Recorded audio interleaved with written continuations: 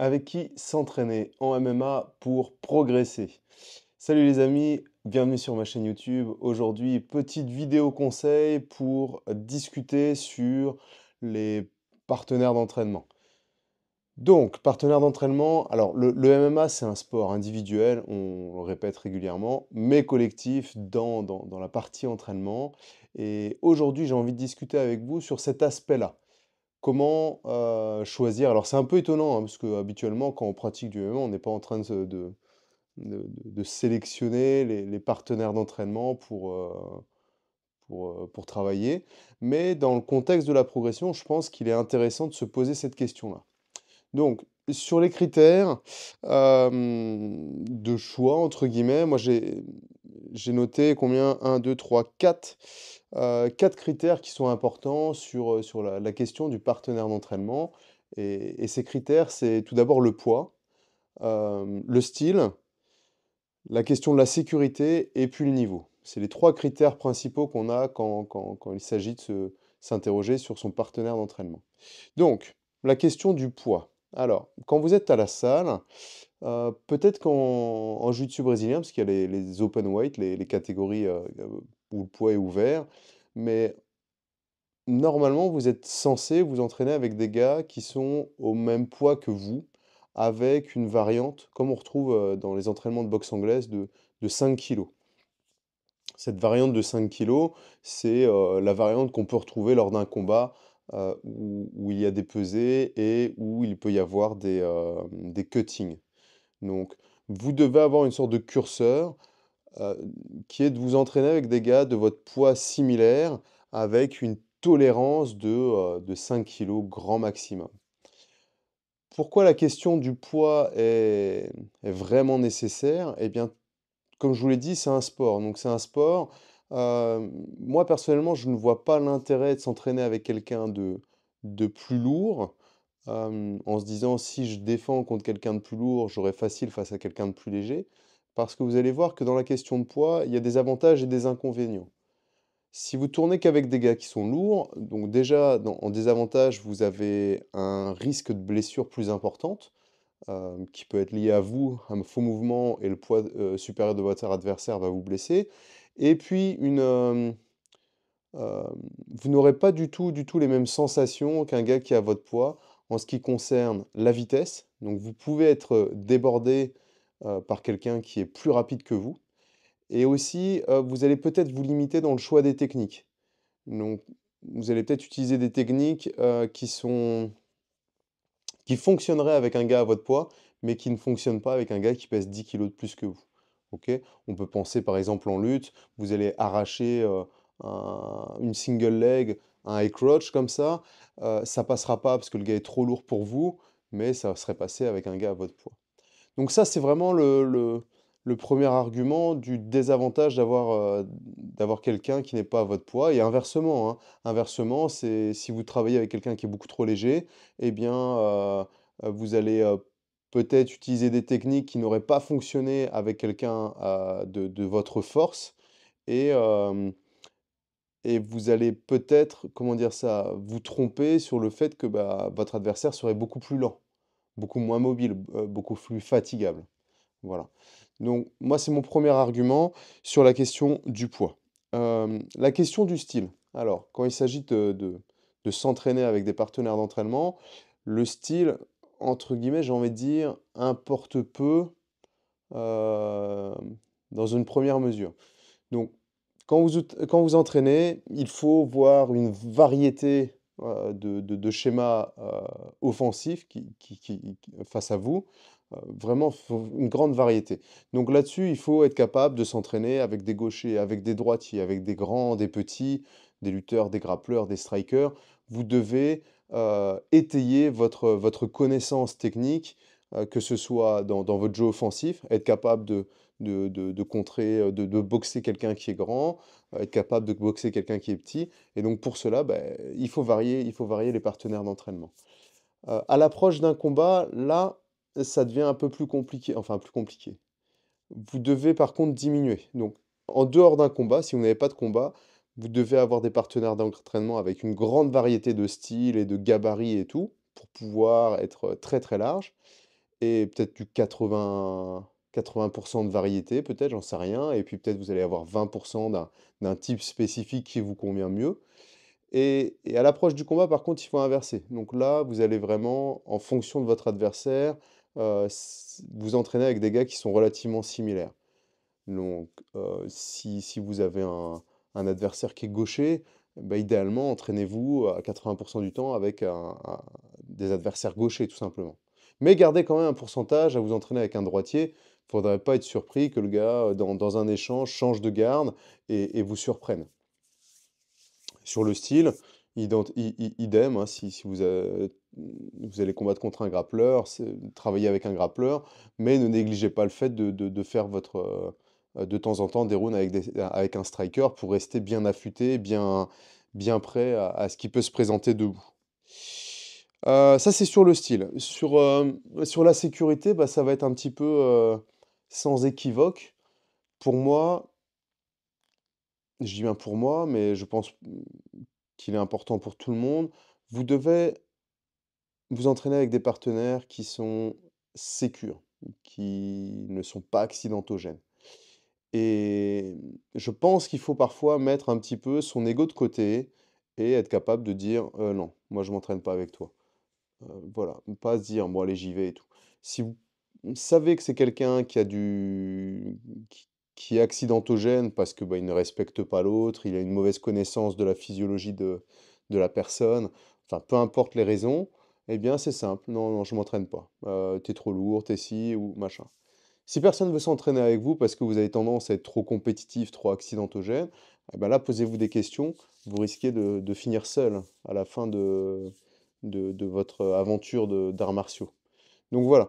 Donc, mettez votre ego de côté. S'il y a un gars qui est vraiment chaud, mais qui a tendance à blesser et tout, il est pas, ça a aucun intérêt d'aller se mesurer à lui, et de risquer une blessure qui va vous mettre sur le côté pendant un temps, qui peut être assez long, hein, vous tombez sur un gars qui vous retourne, un genou, et bah, vous en avez pour un an de perdu, pour une question d'ego peut-être, enfin j'en sais rien. Donc on va vraiment privilégier des partenaires d'entraînement qui sont sécures et tous les pratiquants, si vous êtes un pratiquant vous avez tendance à y aller à fond, c'est la guerre sur le tatami parce que vous partez du principe que ça sera comme ça en combat, eh bien, n'oubliez pas qu'à un moment donné, la sélection elle va se faire automatiquement et quand vous allez, ah, qui veut tourner avec moi, il y aura personne. C'est pas que vous êtes trop fort, c'est pas que vous puez, c'est parce que vous êtes accidentogène et que les gens pensent à leur propre sécurité et vous devez faire attention à votre partenaire d'entraînement. Donc voilà, ça c'est le troisième critère, je crois, la sécurité dans la sélection. C'est drôle de parler de sélection, mais bon, voilà, moi je pense que c'est vraiment intéressant, et pas que pour les compétiteurs ou les pratiquants, pour les coachs aussi, hein. En tant que coach, quelqu'un vient me dire ouais, non, je tourne pas avec lui, il est pas safe. OK, pas de souci. Quelqu'un qui va me voir: «Ouais, personne veut tourner avec moi», bah, je dis: «Bah, écoute, je pense qu'il y a une raison, peut-être que tu fais pas attention à eux, tu penses qu'à toi, c'est normal. Tu veux être égoïste sur le tatami, bah, tu finis tout seul, c'est normal», tu vois? Voilà. Alors le dernier point, c'est sûrement le point le plus important, c'est la question du niveau.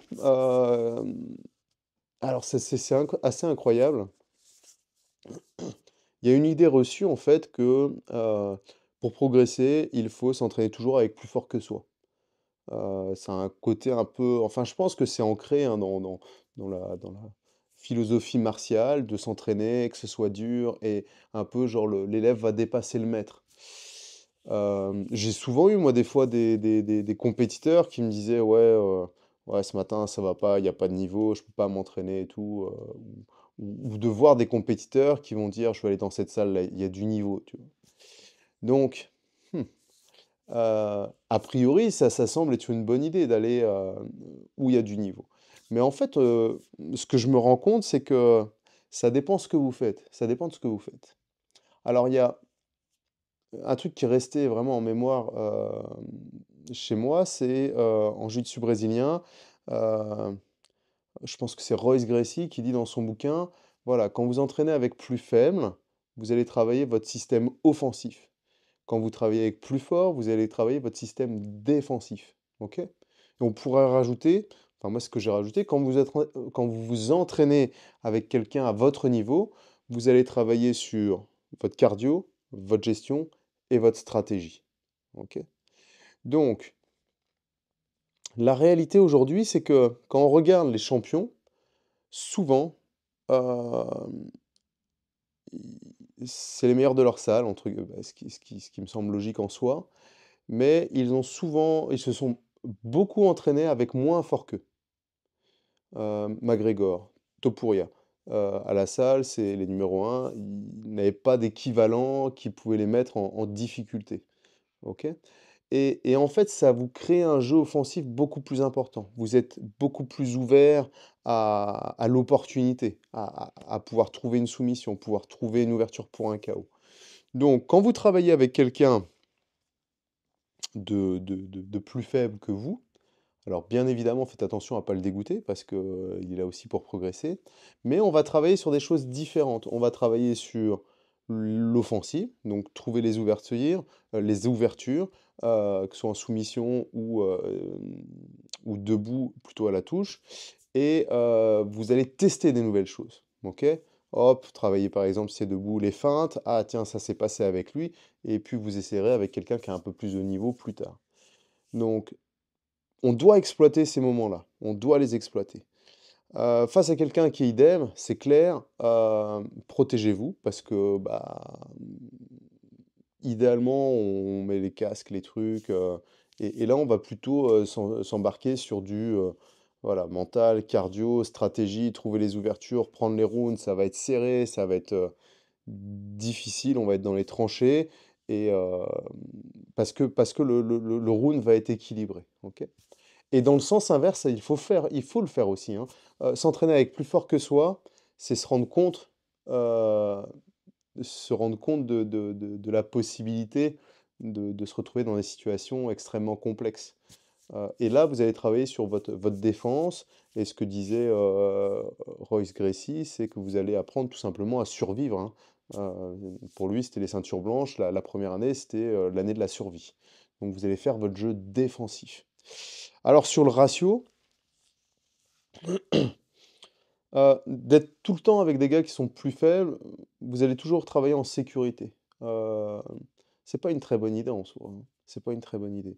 Je pense quand même que on devrait être genre sur peut-être 60 des rounds avec un gars un peu plus faible que soi pour travailler son offensive.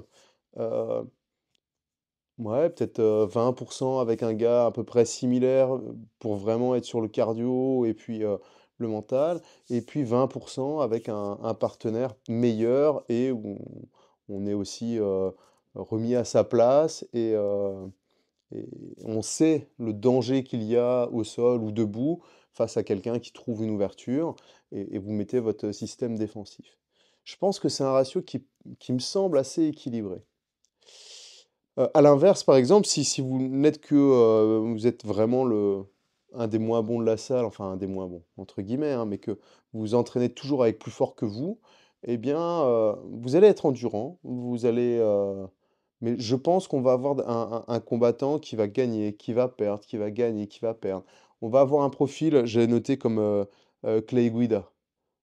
Clay Guida, c'est un gars qui est extrêmement durable, difficile à battre, mais voilà, des fois ça passe, des fois ça casse, des fois ça passe, des fois ça casse.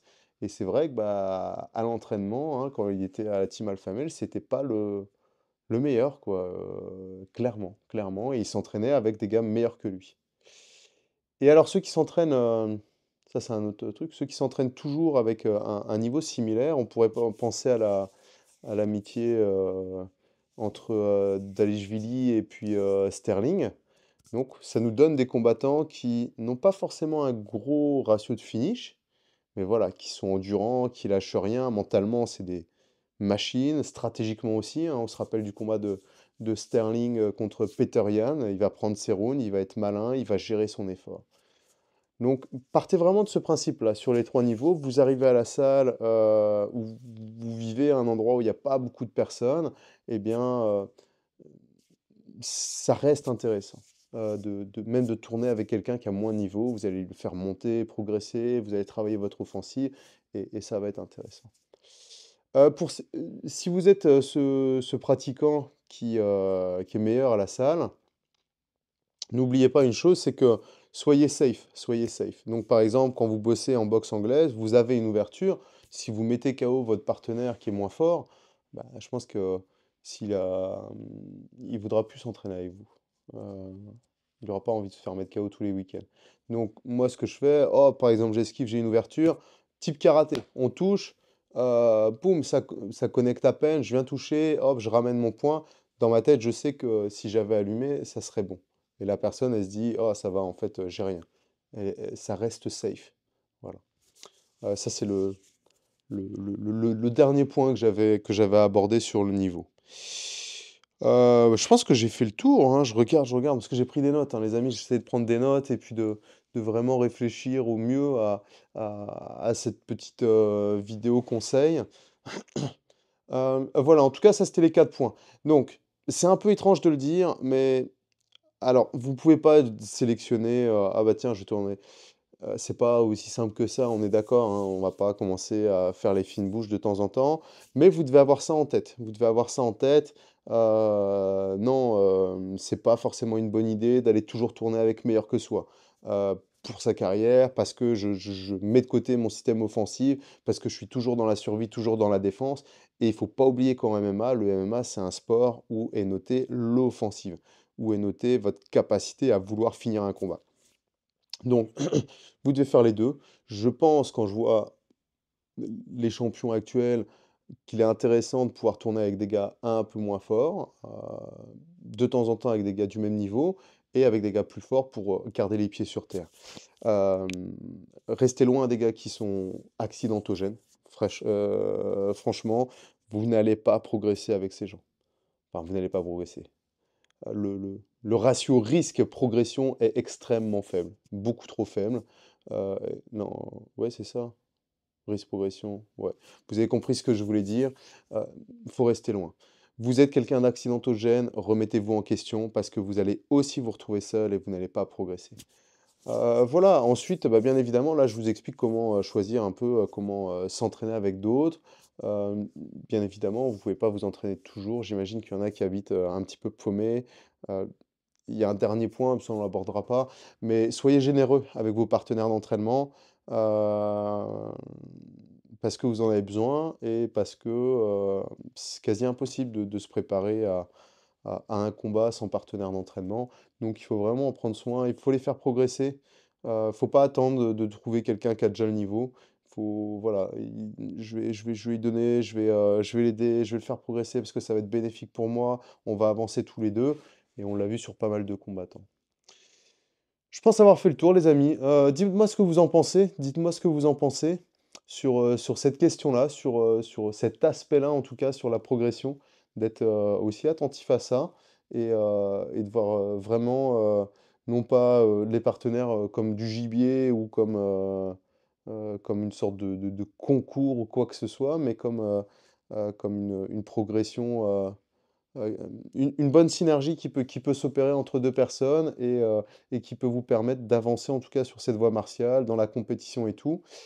Et voilà, j'espère que le contenu vous a plu. N'hésitez pas les amis à commenter et puis, bah, liker et tout. La chaîne, j'essaie d'être régulier et puis voilà, n'hésitez pas aussi à me dire, là je vais faire, j'ai bien reçu vos commentaires sur la technique, je vais y mettre aussi. Comptez sur moi. Voilà, je vous remercie encore, tous pour les messages, ça fait super plaisir et je vous dis à très bientôt. Ciao, ciao.